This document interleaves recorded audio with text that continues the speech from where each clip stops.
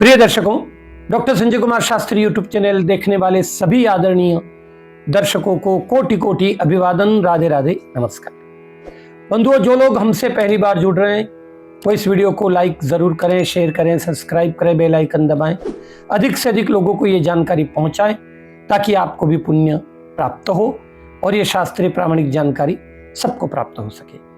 बंधुओं, हम बताने जा रहे हैं आज वृश्चिक राशि के जातकों के लिए साल 2026 का ये वर्ष कैसा रहे। क्या नकारात्मक पक्ष हैं, क्या सकारात्मक पक्ष हैं, किन उपायों से इस वर्ष को और अच्छा बनाया जा सकता है। खेल जगत के लिए, फिल्म जगत के लिए, विद्यार्थियों के लिए, गृहस्थ जीवन के लिए, संतान पक्ष के लिए ये वर्ष कैसा रहेगा, सभी बातों पर हम चर्चा करेंगे। मित्रों, सबकी कुंडली अलग अलग होती है, सबके ग्रह अलग अलग होते हैं। वृश्चिक राशि के लाखों जातक हैं लेकिन सबका भाग्य अलग है। लेकिन हम जो यहां बता रहे हैं वो एक स्थूल भविष्य फल है। मोटे रूप से हम जो यहां उपाय बता रहे हैं, जो सुझाव आपको दे रहे हैं, निश्चित रूप से अगर आप उसकी पालना करेंगे तो ईश्वर आपका सहायक बनेगा, परमात्मा की कृपा आप पर निश्चित होगी। आइए बात करते हैं सबसे पहले वृश्चिक राशि के जातकों का साल 2026 का नकारात्मक पक्ष क्या माइनस पॉइंट रह सकता है, किन बातों की आपको सावधानी रखनी चाहिए। तो पहली बात, स्वास्थ्य पक्ष का आप ध्यान रखिए। आपके अनियमित भोजन शैली, अनियमितता जो सोने में है आपकी, उसको बदलिए, अन्यथा बहुत सारी बीमारियां छोटी छोटी आपको ग्रसित हो सकती हैं। खाना समय पर खाएं, नींद समय पर लें, अन्यथा नाक, कान, गला और आंखों के रोग, साथ ही पेट की समस्याएं इस वर्ष आपको रह सकती है। मोटापे से संबंधित रोग भी आपको रह सकता है। नस नाड़ियों में भी तकलीफ सामान्य रूप से आपको आ सकती है। दूसरी बात मित्रों, 14 फरवरी से लेकर 11 मई तक का समय आपको सजग रहने का है। संतान पक्ष को लेकर आपके संतान के माध्यम से कोई किया गया गलत कार्य आपको अपयश का भागी बना सकता है। आपका स्वास्थ्य बिगड़ सकता है। ये दोनों ही पक्ष, आपका विद्या पक्ष जो उन्नत आप करना चाहते हो उसमें असफलता मिल सकती है।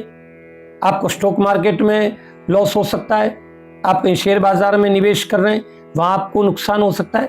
ये सारी चीजें इस बीच आपको सूझबूझ के साथ ही काम में लेनी है। तीसरी बात, वाणी व्यवहार आप पूरा अच्छा रखें, अन्यथा घर परिवार के लोगों से, बाहर के लोगों से आपके विवाद बढ़ सकते हैं।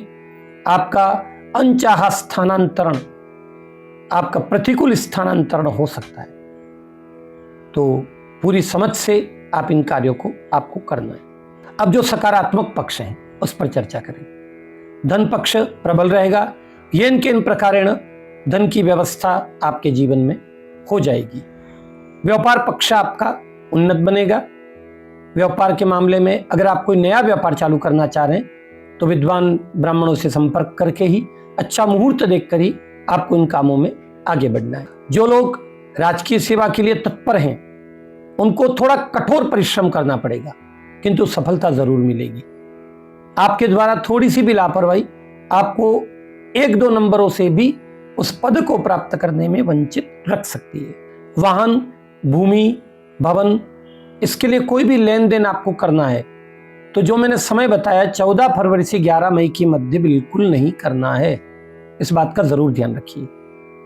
इस पूरे वर्ष में 1 जून के बाद का समय आपके लिए बहुत अच्छा रहेगा। पिछले 6 महीने आपके लिए हर दृष्टि से अनुकूल रहेंगे। वृश्चिक राशि के लिए इस वर्ष आयात निर्यात का काम, इंपोर्ट एक्सपोर्ट आप करें, आपको सफलता मिलेगी। कोई दलाली का अगर आप काम करते हैं उसमें भी सफलता आपको मिलेगी। लेकिन कमोडिटी मार्केट वगैरह इन चीजों से मैंने जो निर्धारित समय बताया उसमें अपन को बचना है।